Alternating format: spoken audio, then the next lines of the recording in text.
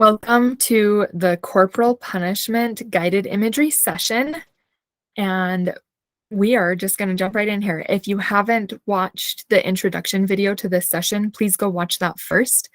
I recommend doing this session for yourself first and do it as many times as you need until you feel that either there's no emotion, so you feel neutral throughout it, or you're not like the signs or symptoms that you're clearing things could be yawning, burping, just like the need to take a deep breath, crying, things like that. So if you see your body doing weird things as the session goes on, it's okay because it means you're clearing stuff out, right? What's happening is your brain is taking this image and accepting that there's some wiring that was incorrect, and it's letting go of that false belief and rewiring it to universal truth. That's our goal here. And it does that through imagery. That's why you dream when you're sleeping, is because you're processing these emotions, right? And that's how your body processes in the subconscious, is through image. So with that being said, let's dive right in here. This is kind of a funny image to me. I have never watched the movie Ghostbusters, but when I sat down to flesh out this session, I saw the Stay Puft Monster. I knew about it. It's iconic, right? If you live in the world in modern day society, you've probably heard about Ghostbusters and you know about the Stay Puft Monster. If you haven't seen Ghostbusters, I'm sorry for the spoiler alert, but I thought that the image would be about the monster, and I was trying to work through it and nothing was coming through, and I decided to go watch that scene, and I was surprised that it's actually the dialogue that was happening that is going to open up our image for us. So with that being said, we're going to start by relaxing our bodies to prepare to release whatever is ready to be released. And so I want you to take a moment.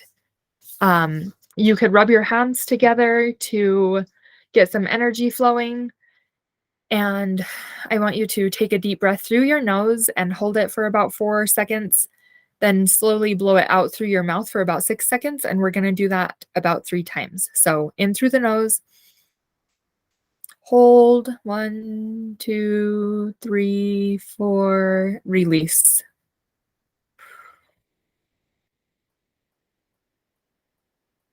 Do that about 3 more times, 2 to 3 more times. And as you do that, imagine any tension that you have in your body is being released with your breath. So you might notice this especially in your neck, in your shoulders. Let your shoulders drop down away from your ears as you breathe in.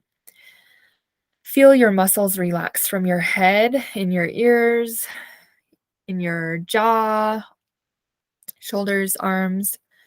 You can either sit down to do this session, or you can lie down if that's more comfortable for you. Imagine the tension releasing from your back, your hips, your thighs, your knees, your calves, all the way into your ankles as you take these deep breaths, into your feet and your toes, and just on this final breath, breathe out any lasting tension. Let's begin.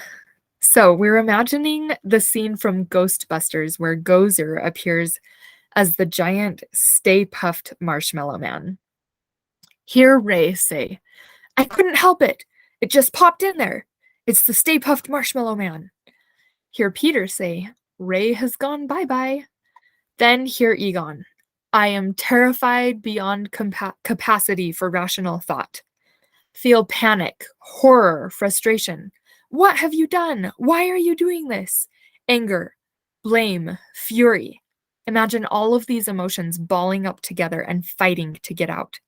Hear Ray yell, "Roast them!" and see the particle throwers light up and stream out all of that fury at the threat.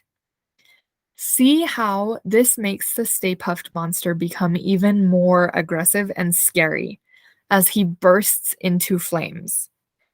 Breathe. Take a deep breath and breathe all of that out. Remember, in through your nose and out through your mouth. See that breath give power and control back to the mind. The solution is to cross the streams. See a stream of particles shooting out of these particle guns as beautiful white-blue light. The light is aimed at the Gozer doorway, the root of the threat, rather than at the Stay Puft monster himself. Take a deep breath. See that as the four streams meet, the doorway is destroyed and the clouds over the city depart. As the Stay Puft Man is reduced to a soft marshmallow heart. We're going a little bit off script here. This is what I saw as I was preparing this image.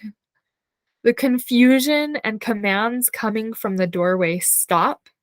Everyone can think clearly and rationally now. Breathe. Okay, moving on to image number 2. I saw a coat of arms. If you don't know what a coat of arms is, they are also called family crests, but they were usually embroidered on a piece of fabric or etched onto a shield or painted or engraved into a piece of wood that would be displayed in the family home. So that's what a coat of arms is. Okay, let's get started with this image. Imagine a coat of arms being created for a family. It is passed down through generations, but over time, the meaning behind it is forgotten. See posterity receiving it in inheritance, but looking at it and wondering, what is the meaning of this? Does anyone actually know what this means anymore? See them ponder why it was even created in the first place. Nobody knows the answer. They all ponder, but they just keep passing it down, always wondering why. Hear them say, I'm not sure why I'm giving you this. Or maybe they're thinking this and not saying it out loud. I'm not sure why I'm giving you this. It's just what was given to me. See, it finally arrived to a generation who is not satisfied with merely wondering about it. There's this fire inside of them, and they need to know, why are we doing this? The curiosity consumes them. They become obsessed with it. See how, by now, the original piece is tarnished and caked with grime. It looks dull, and the detail is difficult to make out. See this generation hire a professional to clean and restore the artifact, and they educate them on its original meaning and purpose. Oh, they exclaim when they finally understand. See them know how to correctly use and care for the coat of arms, and see them do the work of writing their knowledge down and passing it along with the crest so that the whole family experience is changed. I wanted to add this. I didn't write this down in the image, but I saw for some people, it was as if someone had gone in and like added their own flair to the family crest where they either painted something new in or they erased something. And so if you have that coming up for you and you're like, yeah, I can see that in my image, just know that it was taken care of with the restoration. So it's brought back to its original form and the way that it was meant to be. And now they now treasure the crest, knowing the meaning and purpose behind it. Breathe it in.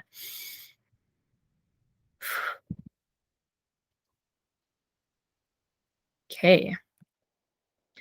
Image number 3 is a never-ending to-do list. Imagine a never-ending to-do list. It goes on and on and on. See the owner of the to-do list panicking.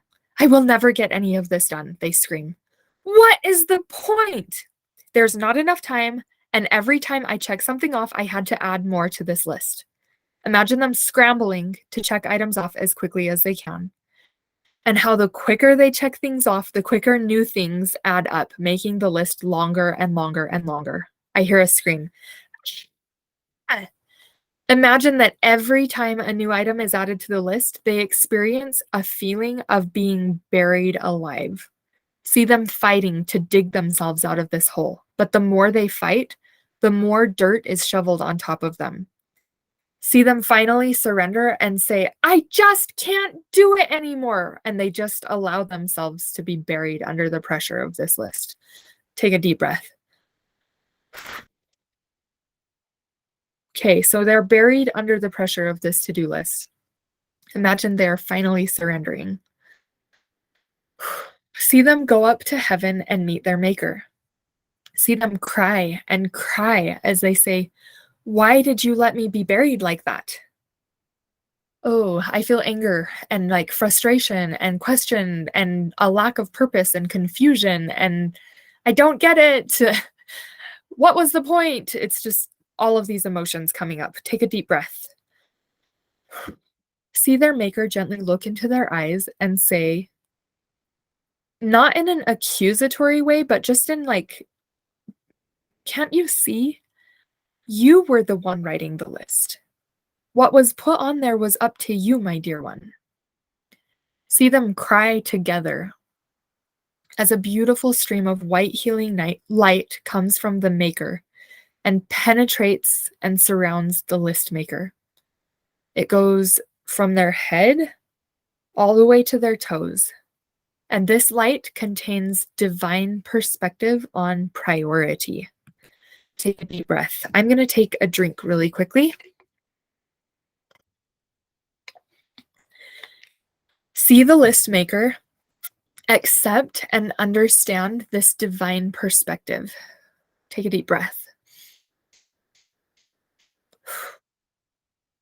As they accept, this light bulb goes off above their head and they wake up.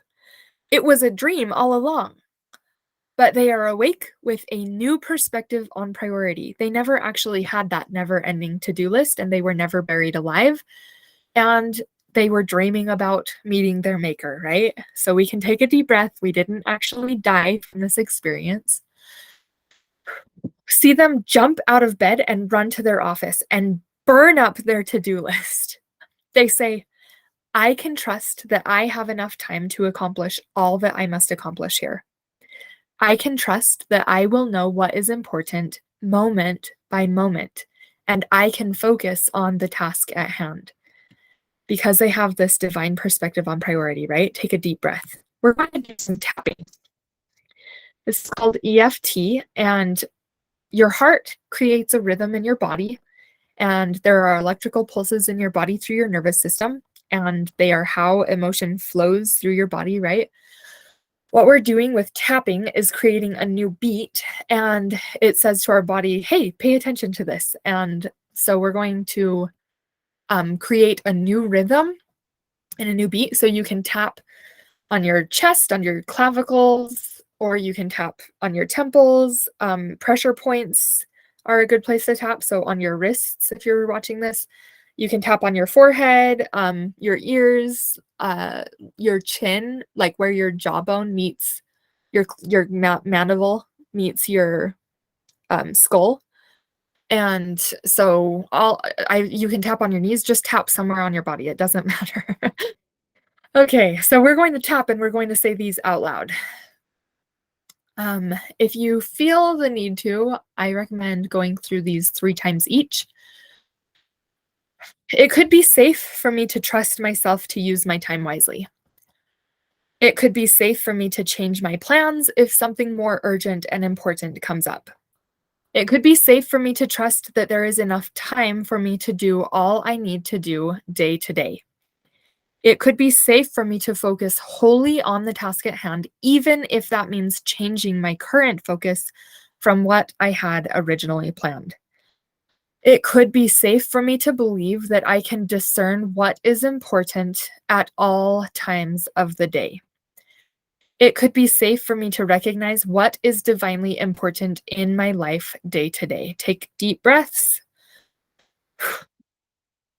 All right, we're moving on to image 4. This is fire and brimstone. And this did not turn out the way that I thought it was going to when I saw fire and brimstone. Imagine a city that is set on fire. Everyone is panicking, running, screaming, horror, confusion, frustration. Where do I go? What do I do? How do I get away from this? Take a deep breath. see the city over. So this is like the city that's a few miles away that is not burning down. They change after this fire. Some of the survivors of the fire moved to this new city, and all of them are survivors, right? Because they witnessed what was going on in the burning city. So these survivors who saw all of the horror and terror of this fire now live in fear. They say, we cannot let this happen to us. They snuff out fire at every turn. We cannot burn, they say. The neighboring city panics every time they see any sign of fire. Put it out, they shout, as they throw a bucket over it, or they douse it with water. See, generations pass by, and the burned city is slowly restored, but the people are still living in fear. They have built a fire receptacle out of their fear of fire. It is a giant pit under the city. I see it as like a biblical cistern, but they put fire into it instead of water. So there's wells throughout the city that whenever anyone sees fire, they can stuff it down this fire receptacle into that pit as quickly as they can. They never look at the fire or wonder about it. They merely shove it down out of sight, out of mind, as fast as they can. Take a deep breath. Okay. See how over time the roots of the trees around the city begin to smolder under the city. See the trees begin to die and the people begin to panic and wonder what is happening. They don't realize that this pit is smoldering and causing the roots of the trees to be burned up underneath the ground. We'll just say that these people are not advanced like modern day. They don't have the technology to figure this stuff out.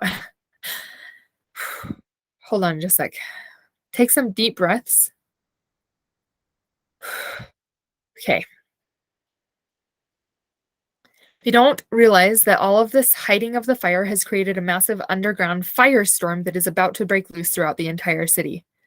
Imagine that the fire has finally grown so large, it bursts through the ground via the root system of these trees. It all happens so quickly, no one can anticipate or prepare for what is happening. The fire quickly consumes and destroys the entire city in moments, leaving very few survivors.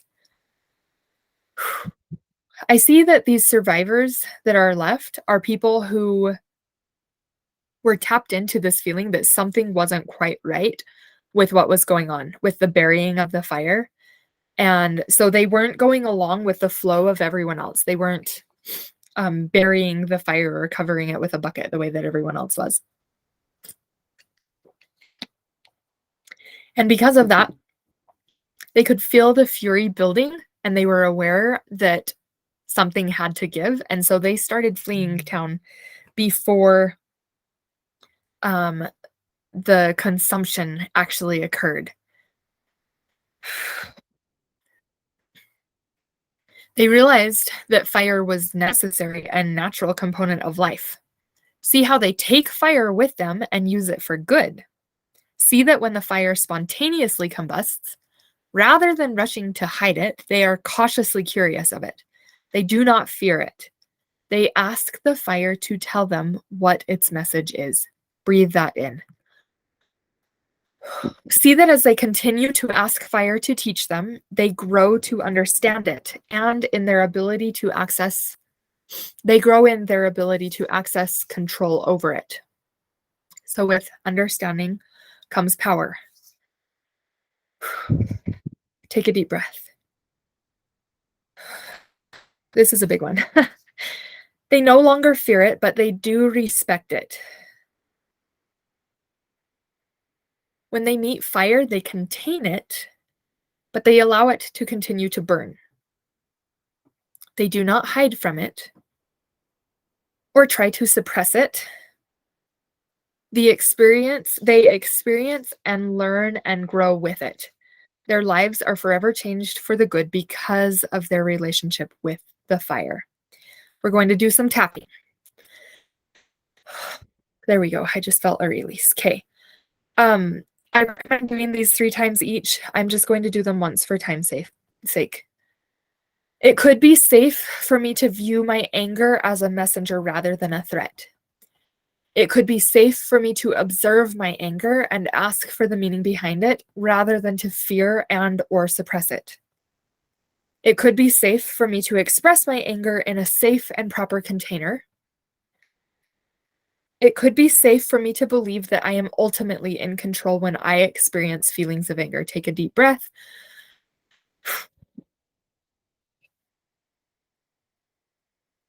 Take a few more deep breaths. There's a lot going on here.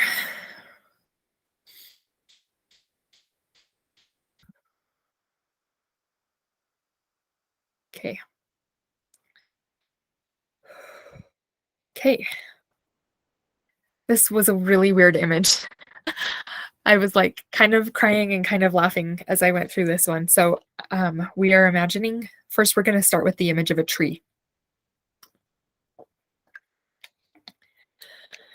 Imagine a tree being cut down for human use. See its excitement and wonder. What will I become? It wonders. It imagines that it might be used as a rocking chair. See it dream about holding a mother, rocking her nursing baby to sleep, reading bedtime stories to her children, holding them tightly and putting a bandage on them when they have scraped knees. See the wonder and excitement this tree has as it imagines that it might be a table where the family gathers to play games, eat, study, and celebrate birthdays and holidays together. Maybe it will become a bookshelf filled with treasured knowledge and art created by the children of the home. See the tree being cut down, and it dawns on the tree. It now knows what its fate shall be. It is to be made into paddle boards for spanking. Imagine the shock, horror, anger, frustration, confusion, and regret coming from this realization. See the tree cry and wish it had never been born. It wants to die, but it knows its life will go on, living a life of pain, sorrow, and confusion and powerlessness, as it is used to discipline children. Breathe it out.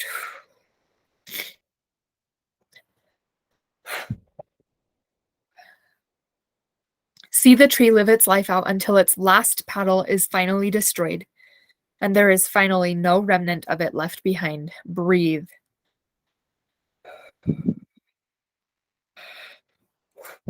Okay, see the tree in heaven, considering its life and crying that it feels like a life was so wasted. See the tree suddenly become aware of seeds that it had dropped before it was cut down, that have now sprung up as new trees. See these new trees providing shade for people picnicking, homes and food for animals, wood for beautiful art and furniture, and to warm the homes of people. See the tree cry tears of joy as it sees its posterity living out such beautiful lives. Take a deep breath. Imagine the tree finding peace in seeing its posterity receiving such beauty and purpose. It can move on now, even with its unanswered questions. Take a deep breath. I hope you're yawning through this. Imagine that with its acceptance, the tree turns to find its place in heaven and receives the surprise of recognition and visits from all of the children, parents, teachers, and others it dealt with in its life as a paddle. See these people seeking this tree and coming together to see it in heaven.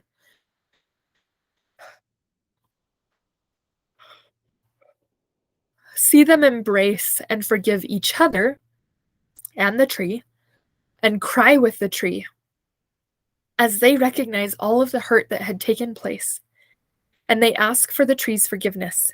See the lumberjacks and the wood carvers and the store clerks who worked with the tree also coming and asking the tree for its forgiveness. Breathe.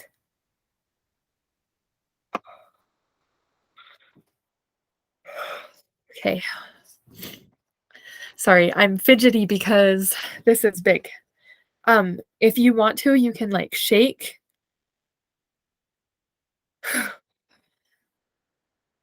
Take a deep breath.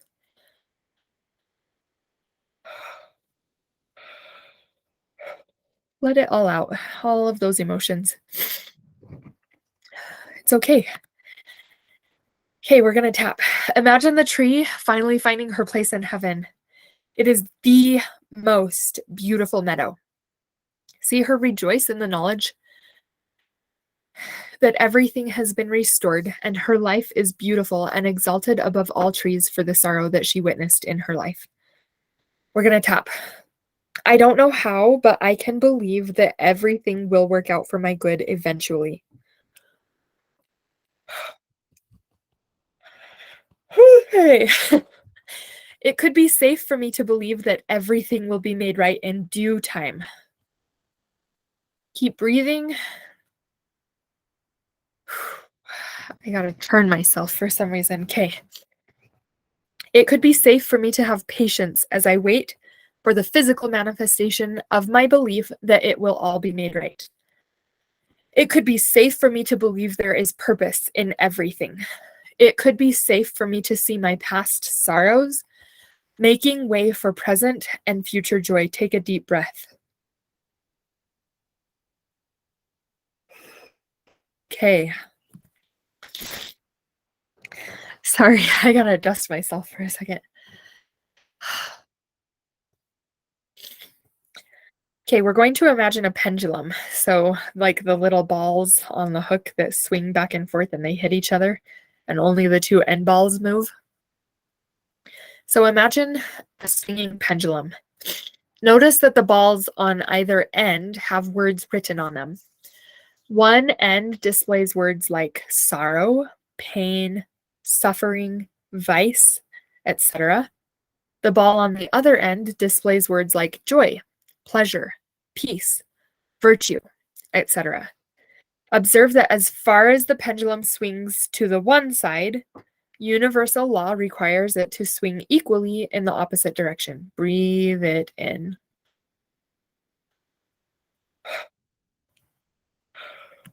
Okay. Nothing else. Okay. Okay. This is image number 7, a never-ending nightmare. Imagine a person who is experiencing a nightmare. They are not lucid and are completely unaware that they are dreaming. Everything that is happening to them in their dream seems real, and it never occurs to them that it is only a dream. See them thrash about in their sleep. They are crying out and flinging their arms about in defense, but nothing they can do can stop these images from rolling on in their mind. Take a deep breath. There seems to be no escape from this hell. Breathe. Imagine an angel steps in and says, "This is not right. Wake up, child, wake up." The angel whispers in the ear of the thrashing person so as not to startle them even more. See the person begin to become lucid. They try to scream out, and their physical body responds in a gurgling or a moaning sound coming out of their mouth. I do this sometimes if I have a bad dream and I try to scream in my dream. I'm like, and that wakes me up enough to like get out of the dream stance. This noise is just enough of a disturbance to what they have been experiencing for them to become fully aware of their circumstances. See their eyes shoot open. They flip on the light switch, and light instantly floods into the room, chasing the darkness of the dream out with it. See them realize and accept that it was all just a horrible dream. Pardon me. They have the power and resources to always wake up, to open their eyes to what is truly reality. Breathe it in.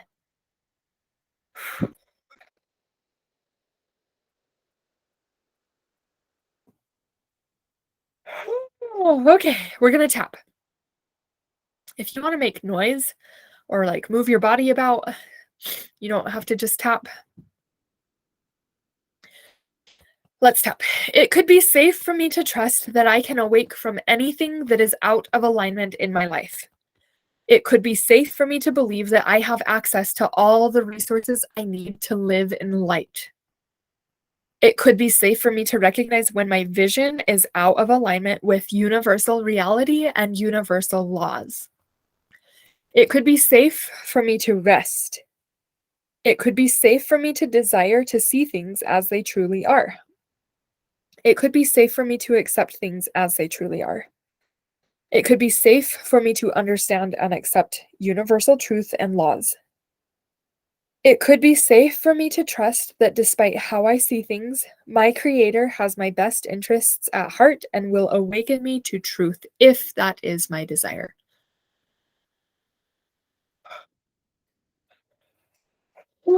Breathe it out.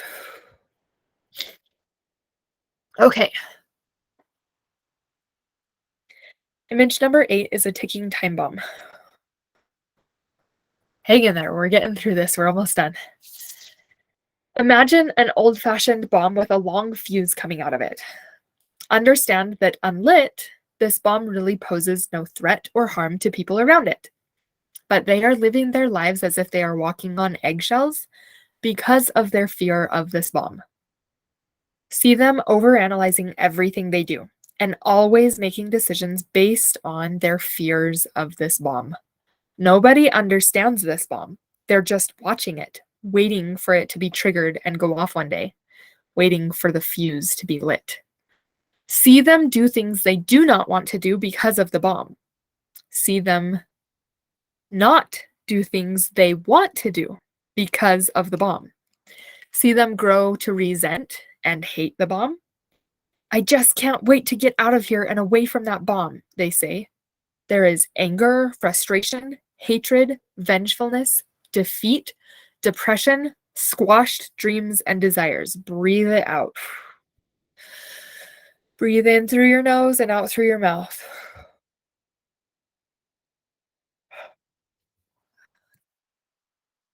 Imagine one day someone says, I have had enough of this. It is time to call the professionals. See them call in the bomb squad. See the bomb squad educate the people about bombs as a team removes the bomb from among them. See the people learn and understand the bomb itself wasn't a threat or danger to them after all. It was how they chose to handle the bomb. See them all breathe in a sigh of relief, and some even laugh about how fearful they were over this bomb. Take a deep breath.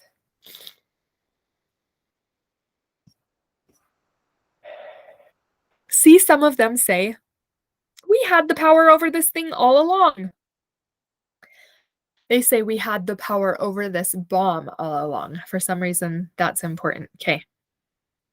See some cry as they think about all the wasted time and years they let go as they lived in fear of this bomb rather than in pursuit of their dreams.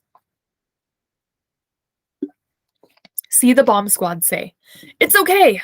Whatever you're feeling is okay. You don't have to fear or worry anymore. Take a deep breath.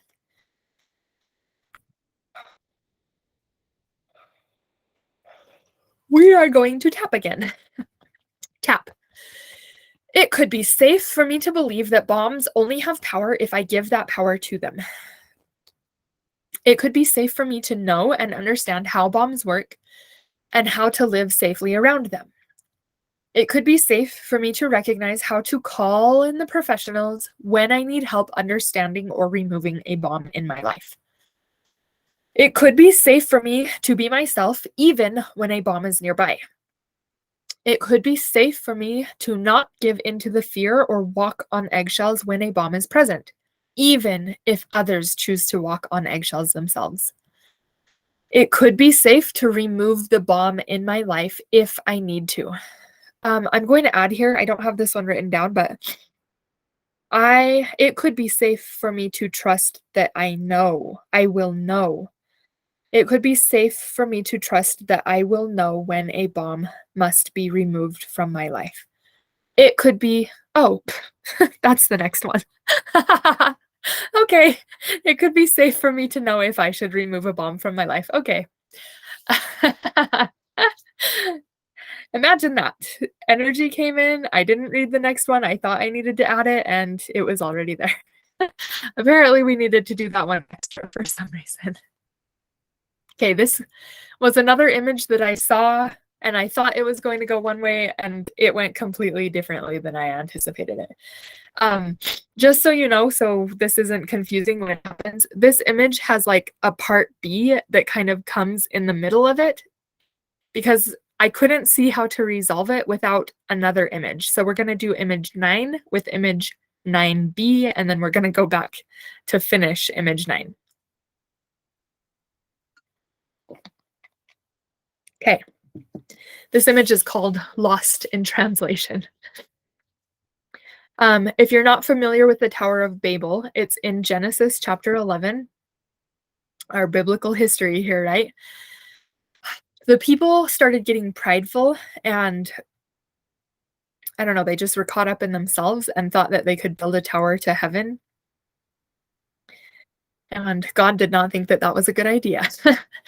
He wanted to teach them to rely on Him rather than to rely on themselves. So he struck them down by confounding their language. At this time, it's Genesis, right? So it's the beginning. They all spoke the same language.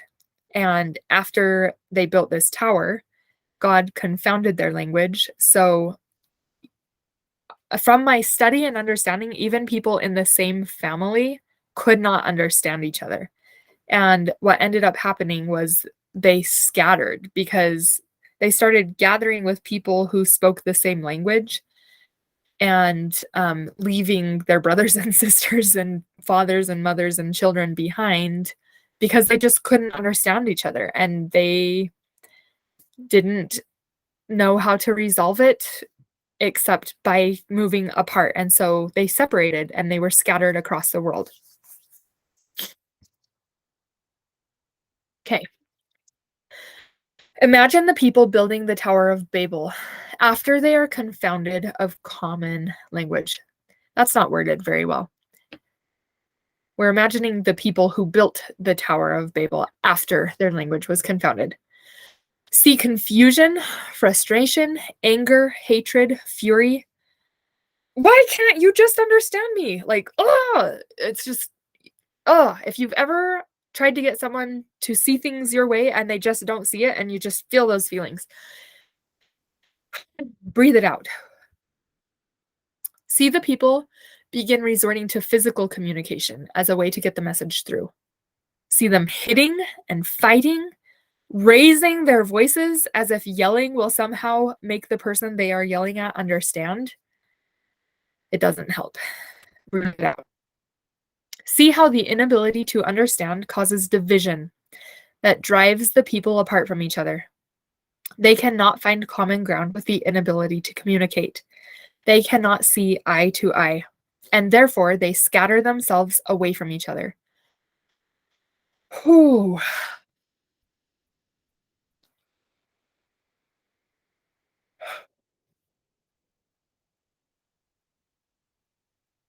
Take a deep breath.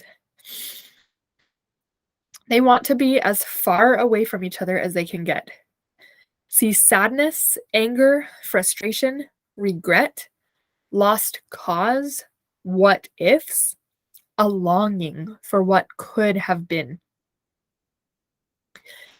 See them seek safety from each other, but long for the relationships that they left behind. See them cry and cry and cry. If you could only understand, then it wouldn't have to be this way. Breathe.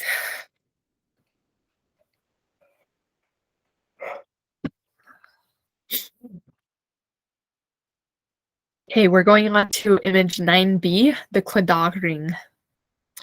Clodagh? It's Irish. I don't know exactly how to say this word, and people make fun of me for the way that I say it. But this ring, I have an image of it here if you don't know what it is. So it's got the crown on the top, and the hands, and the heart. And we're going to learn what each of those pieces mean. See the Clodagh ring. There is something wrong with it, though. The crown, this should be sign of loyalty, is missing. No one knows where it is. See the hands, the sign of friendship, filled with fear. They have been betrayed by their friends. They hurt me, these hands say. See the hands clenching the heart. So in the ring, it's usually held, but we're imagining that the fingers are just have a death grip around this heart, right? The heart is the sign of love. Take a deep breath.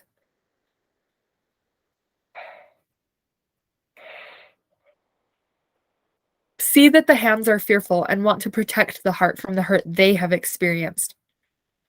They wrap themselves around the heart in an effort to protect it. But it's choking the heart. It is dying. In their effort to protect the heart from hurting, nothing is able to reach the heart, even the good things in life, the life-giving parts of life. It is slowly being smothered to death. There's crying, frustration, anger, fear, confusion. Why would you do this to me? The heart says. Breathe.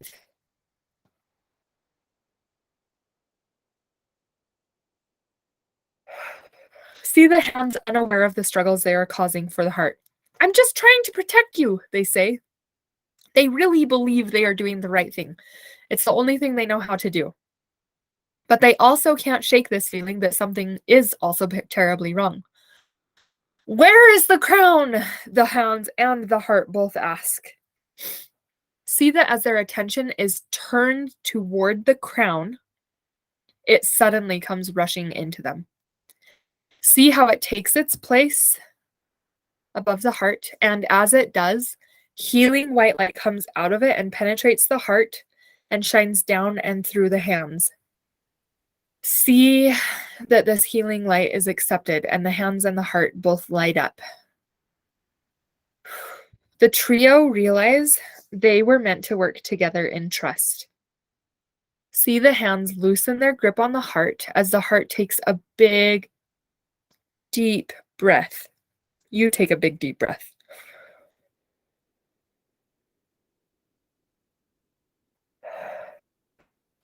See that the ring has been restored to its natural order. We're going to tap. Sorry. For some reason, I am like, my nose is getting clogged up. I'm just, sometimes it's mucus that's coming through as a way to release things. So if you need to go blow your nose, go blow your nose. Tap. It could be safe for me to open my heart up to the experiences of life. It could be safe for me to experience loyalty, friendship, and love in life. It would be safe for me to offer my heart to the world around me. It could be safe for me to offer my heart to the world around me. It could be safe for me to hold my heart in a gesture of offering and to let go of my desire to protect my heart from hurt. Breathe it in.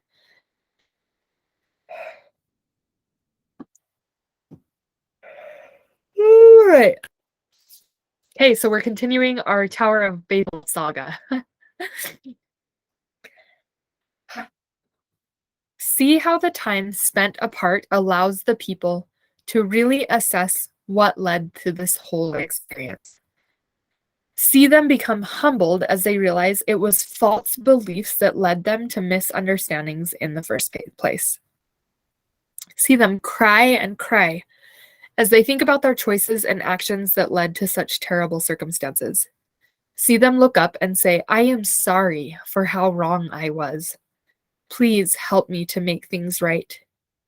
See them resolve to put aside their differences, to forgive those who didn't understand them, to decide to gather themselves back together.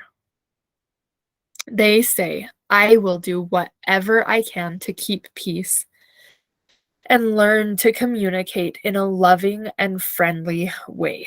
Take a deep, deep breath.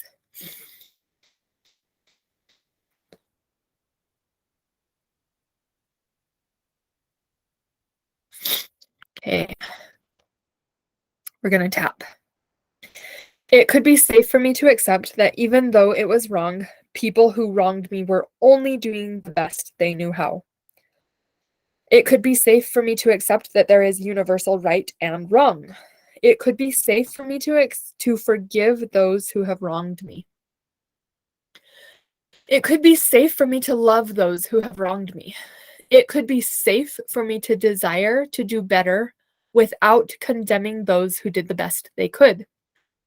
It could be safe for me to do better without condemning those who did the best they could. Take a deep breath.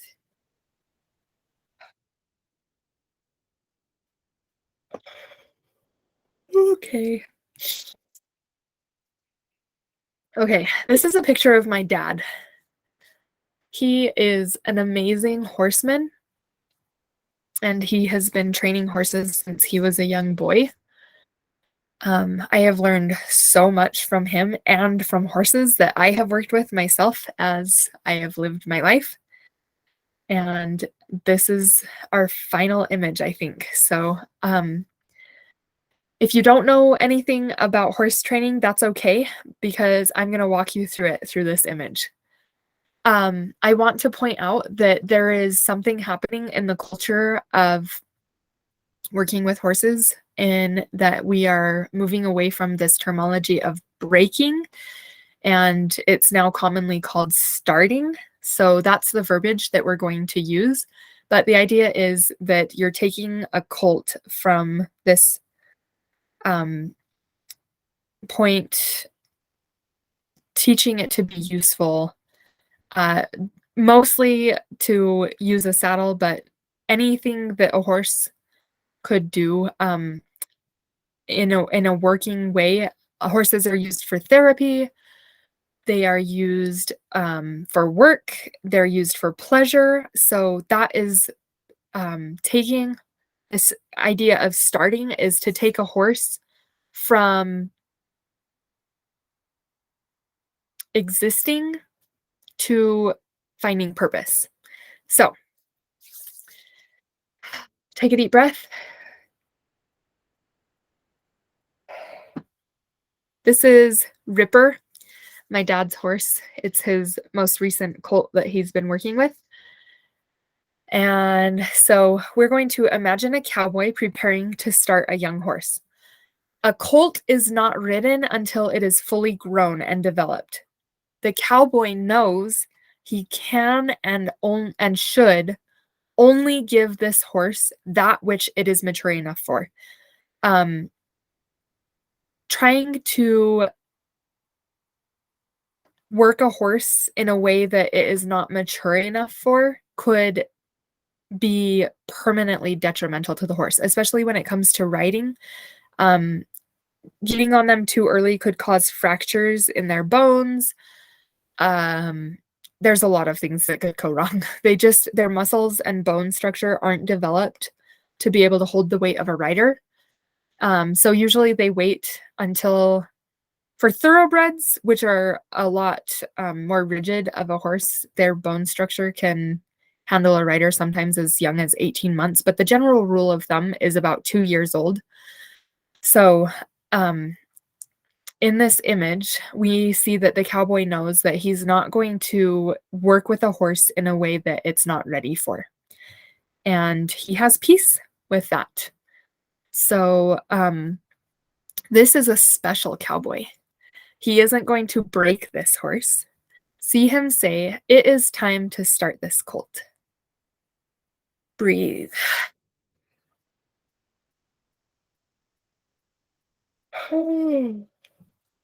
Thanks for your patience as I yawn through this with you guys. See the cowboy go through all the steps of starting a young horse. Step 1 is to gain the horse's trust. See how this started with the colt at a young age. The cowboy kept the colt safe with its mother. See how he would go out and spend time with the mother and the colt. How his interactions with the mother taught the colt that this cowboy could be trusted. Sometimes colts are weaned and taken from their mothers. And in that case, the cowboy gains trust by naming it, feeding it, grooming it, and spending quality time with it before he ever thinks about putting a halter, bridle, or saddle on it. Take a deep breath. Step 2, pressure and release. I love this stage. It is like a dance to watch it in real life. We do something called lunging, and that is you usually, not always, most of the time you'll start without a halter or a bridle, and you'll start them in what's called a round pen, and it's just a really small, safe pen that usually the gait is such that it blends in with the rest of the structure, so they don't know where the gate is, because a lot of times they'll be looking for a way to escape. So it's just a small, safe space. And what you do is you put pressure on them. So sometimes it can be walking towards them and like clapping your hands or clicking to them to get them to move out. Or sometimes we use what's called a lunging whip, and you don't whip the horse with it, but you just tap them with it. So, and it's like a dance between the trainer and the horse. As you apply pressure, the instant that the horse gives, you remove the pressure from them. And it's just this back and forth dance that happens. So the cowboy halters or bridles the trusting horse and leads it into a safe space like a small pen. The cowboy turns toward the horse and applies pressure by either stepping toward it or rubbing it with a long lunge whip. The cowboy does not strike the horse. He merely taps or rubs the horse to get the horse to move away from the pressure he is applying with the tool. He is working with the horse's natural instincts. The moment the horse responds to the pressure, the cowboy withdraws the tool and rewards the horse with either words, a gentle pat or touch, any kind of reward, kissing, naming, saying the horse's name out loud. This is a slow dance of pressure and reward. Take a deep breath. Whew. Something just moved through me right there. Okay, step 3 is the rewarding of progress. As time goes on, the horse learns more and more. The cowboy rewards the horse with treats, rubs, scratches, playtime, and through his words and sounds of encouragement toward the horse. Step 4, desensitization. Now that the horse has graduated from pressure training, it is ready and mature enough to face some desensitization. Imagine the cowboy introducing scary unknown items to the horse in its safe space. He puts obstacles and unknown items into the pen. Maybe a coat hanging from the gate, logs laying on the ground, a bucket that he can tap or hit or kick around, things that are on the ground that as the horse steps on, it makes a new sound. The cowboy might even take a blanket or a jacket and swing it around or gently throw it on the horse or tap it under its belly.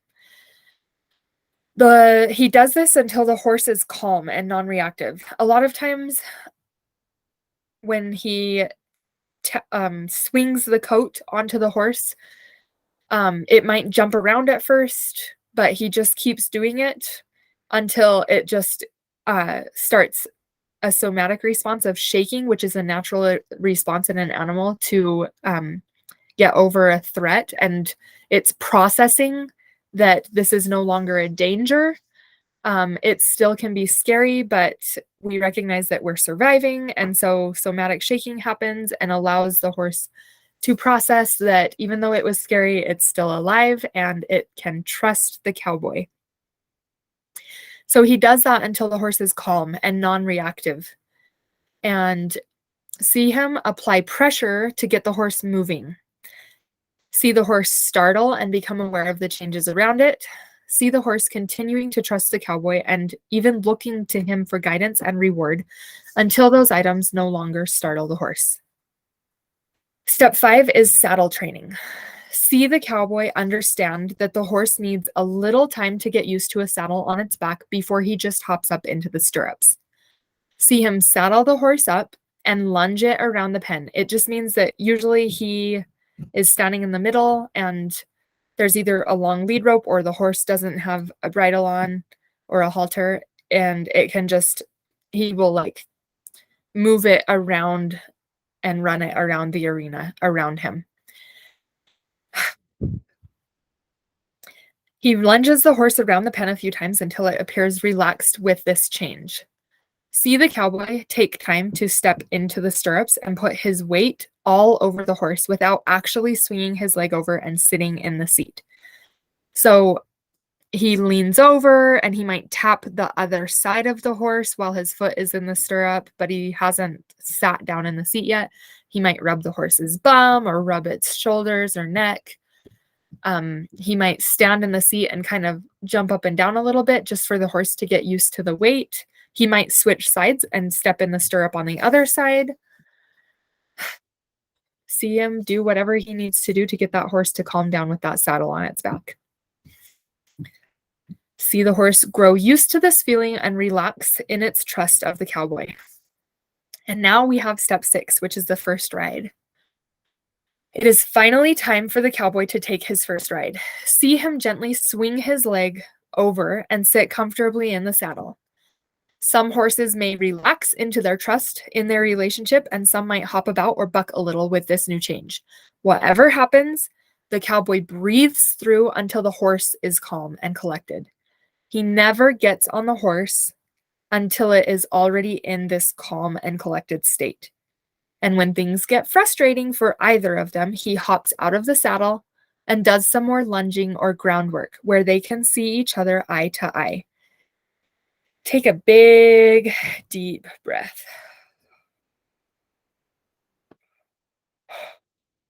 All right. Okay, I'm going to check to see if any more work needs done in this session. I'm getting a no. Okay, I'm going to do 2 exercises before we end this session. The first is we are going to get grounded, and what this does, it allows our spirit to be fully in our body and for us to experience this earth experience in like full awareness and full consciousness, to be grounded to the experience. Imagine your feet growing roots to the heart of the earth. Whatever that looks like for you is okay. Whatever you can imagine that looking like. So just allow roots to grow out of the bottoms of your feet to the center of the earth and out 5 miles in every direction. And when the roots touch the heart of the earth, imagine that light springs into them and comes back up through them until it reaches your feet, where it comes into your feet and your toes, up to your ankles, through your legs and your knees. Wow, we should have grounded ourselves before we started this. Into your hips and your abdomen, up your spine,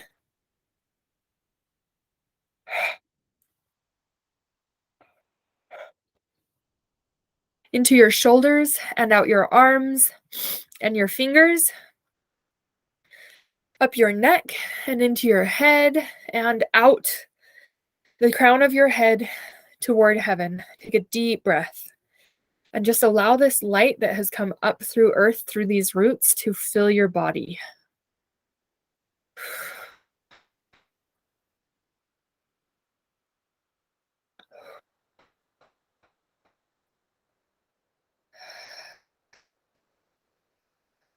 I'm getting that there are blocks to this happening. So if you are feeling stuck or like you can't imagine that light coming through or your roots going down, imagine a pea on like a kitchen table, and take your fingers and just flick it away. And when you do, it just bursts into dust and blow it away.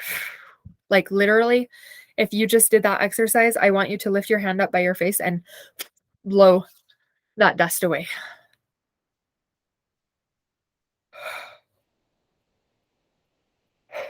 Okay.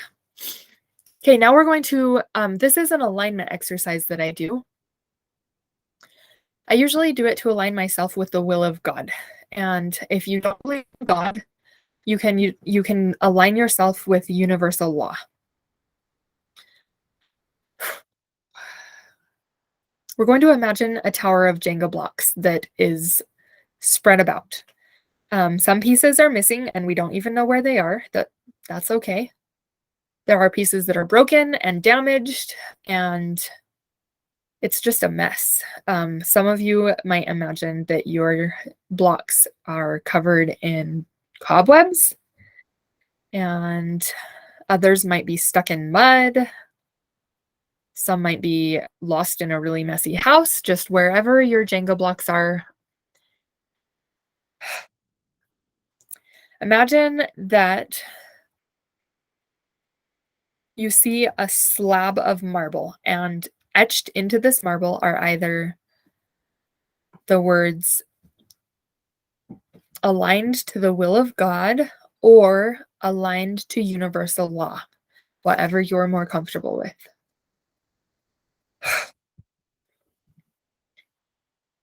If your slab of marble contains any cracks or damage, invite an angel mason to come. A mason is,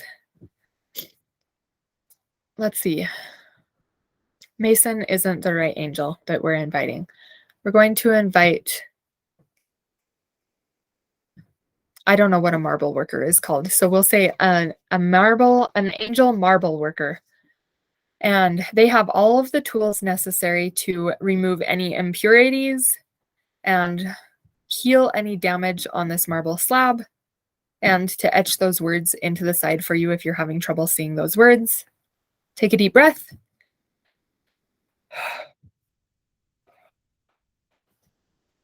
Okay, now that this slab is created, we're going to imagine light coming down from heaven.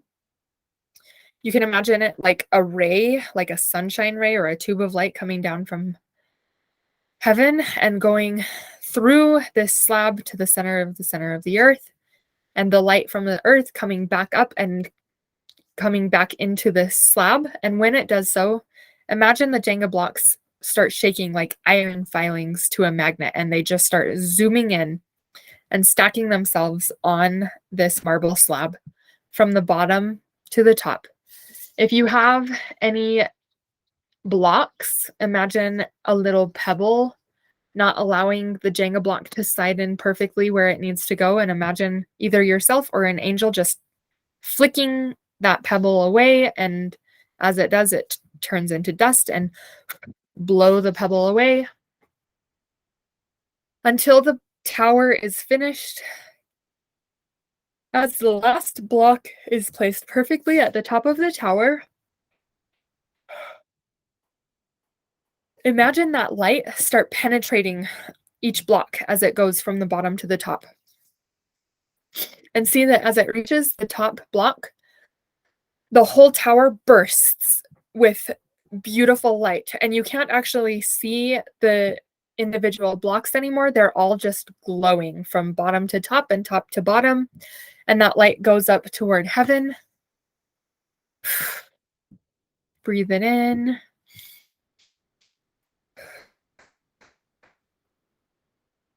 All right. I am getting that there's nothing else that I need to do with this session at this time.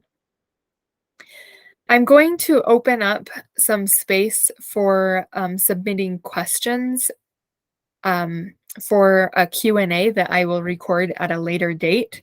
So I'm going to probably give until I will write in the lesson text of this session how to submit questions and when the closing date of this session questions will be. So if you want to submit questions and you check there and it's still open for submission, go ahead. If you're watching this and the Q&A is already in existence, it means I'm no longer taking questions for a Q&A for this particular session. But if you do have questions, feel free to reach out and I will try to respond as quickly as I can. So I hope that this session was beneficial for you, and I hope that you see lots of improvement. I recommend doing this session a few times for yourself and then going through a few times for your ancestors. And as you do it for ancestors, just when you start the session, invite any who are ready to accept the work that is done here, and just rely on divine knowledge that those who are ready they'll be there and they'll be ready to accept, and then just listen to it in behalf of them, and drink lots of water and stay hydrated and get lots of good sleep. And I hope that you have a fantastic day. Thank you so much for taking part in this session. I hope it does a lot of good for you in your life.